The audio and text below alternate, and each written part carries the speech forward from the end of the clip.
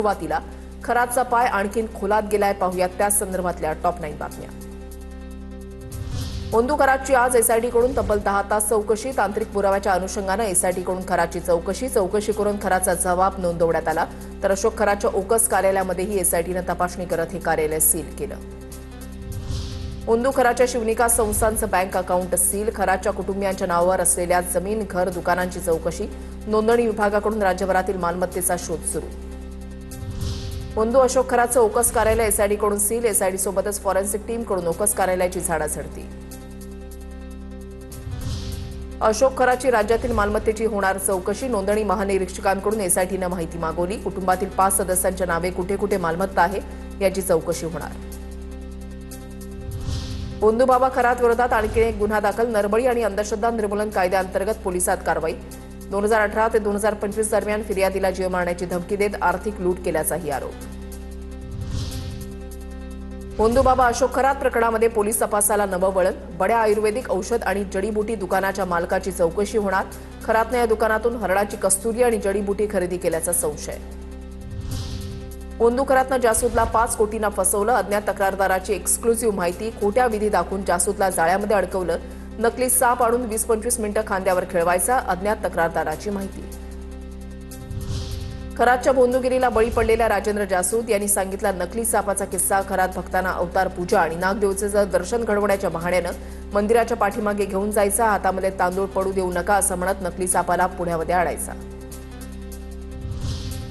खरात प्रकरण खूप गंभीर आहे। खरात प्रकरणी सीडीआर महत्वाचा दुवा, तो ताब्यात घ्यायला हवा। खरातचा एन्काउंटर नाही तर त्याला मोठी शिक्षा झाली पाहिजे।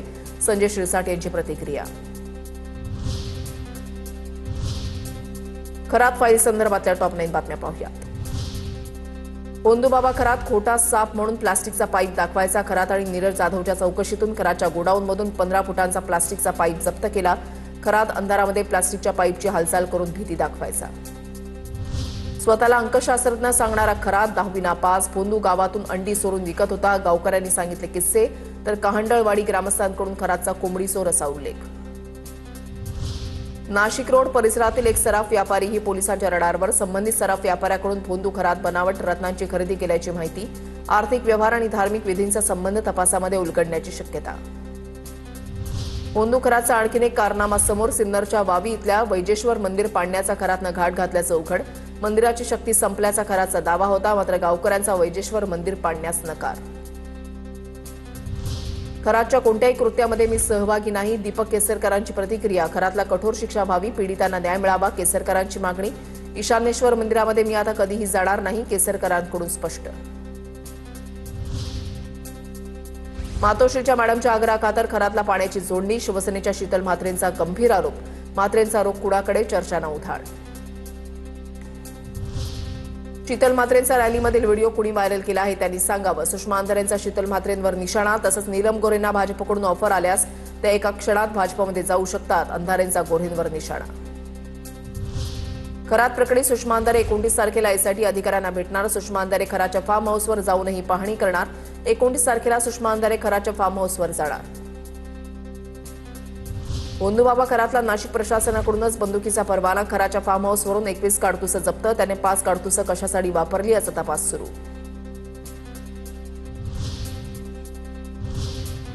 आता पाहूया टॉप 9 राजकीय बातम्या। राष्ट्रवादीच्या देवगिरीवरच्या बैठकीमध्ये चाकणकरांच्या राजीनाम्यावर वरिष्ठांचं एकमत। रुपाली चाकणकरांच्या वर्तवणुकीमुळे पक्षाला डाग लागला। बैठकीमध्ये आमदारांचा आक्रमक पवित्रा। त्यांचा पक्षांतर्गत निर्णय आहे, सरकारी आयोग असतो त्याचा राजीनामा घेतलाय। महिला प्रदेशाध्यक्ष राजीनाम्याबाबत सुनेत्रा पवार निर्णय घेतील। प्रवीण दरेकरांची प्रतिक्रिया। चाकणकरांच्या राजीनाम्याबाबत सुनेत्रा पवार 3 दिवसांमध्ये निर्णय घेतील। रोहित पवारांचा दावा, प्रदेशाध्यक्ष काही निर्णय घेत नसल्यानं सुनेत्रा पवारांना निर्णय घ्यावा लागेल। सुनेत्रा पवार आमदार कार्यकर्त्यांना अपेक्षित निर्णय घेतील। रोहित पवारांची प्रतिक्रिया। खारगे समिती अहवालामध्ये जमिनीची खरेदी विक्री झाल्याचं निष्पन्न। आरटीआय कार्यकर्ते विजय कुंभार यांचं वक्तव्य। मुंडवा जमीन गैरव्यवहार प्रकरणामध्ये पार्थ पवारांवर गुन्हा दाखल होण्याची शक्यता। विजय कुंभार यांची माहिती। नोंदणी करून घेणारे अधिकारी कर्मचारी दोषी आहेत, विजय कुंभारांचं वक्तव्य। मुंडवा जमीन गैरव्यवहार प्रकरणामध्ये सत्य समोर यावं। खारगे समितीच्या अहवालावर रोहित पवारांची प्रतिक्रिया। अहवालावर कुणाचा आक्षेप असल्यास पुन्हा चौकशी करा, रोहित पवारांची मागणी। खारगे समितीच्या अहवालामध्ये पार्थ पवारांच्या नावाचा उल्लेख करण्यात आलेला नाही। मुंडवा जमीन व्यवहार प्रकरणामध्ये गोलमाल चौकशी समितीने दिलेला अहवाल बोगस, विजय वडेट्टीवारांचा आरोप. मालकांवर कारवाई होत नसेल तर ते दुर्दैव, वडेट्टीवारांची टीका. तर मुंडवा प्रकरणामध्ये पार्थ पवारांना क्लीन चिट देण्याचा प्रयत्न. या प्रकरणामध्ये आम्ही कोर्टामध्ये दाद मागणार. अंबादास दानवेंची माहिती.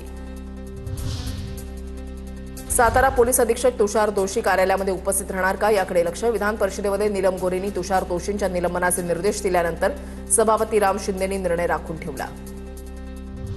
संजय राऊतांनी राज्यसभेसाठी शरद पवारांचं नाव का घेतलं? खासदारांच्या बैठकीमध्ये प्रियांका चतुर्वेदींचा सवाल. तर मी पक्षप्रमुख, सर्व अंतिम निर्णय मीच घेतो. ठाकरेंनी राऊतांची बाजू घेतली. तर बैठकीमध्ये खडाजंगी झाल्याचं वृत्त राऊतांनी फेटाळलं. तिथे असं काही घडलेलं नाही, राऊतांची प्रतिक्रिया. आखाती देशातील युद्धावर पंतप्रधान मोदी सर्व राज्यांच्या मुख्यमंत्र्यांशी संवाद साधणार. उद्या संध्याकाळी 6:30 वाजता व्हिडिओ कॉन्फरन्सद्वारे चर्चा. निवडणूक असलेल्या राज्यांचे मुख्यमंत्री बैठकीला मुकणार.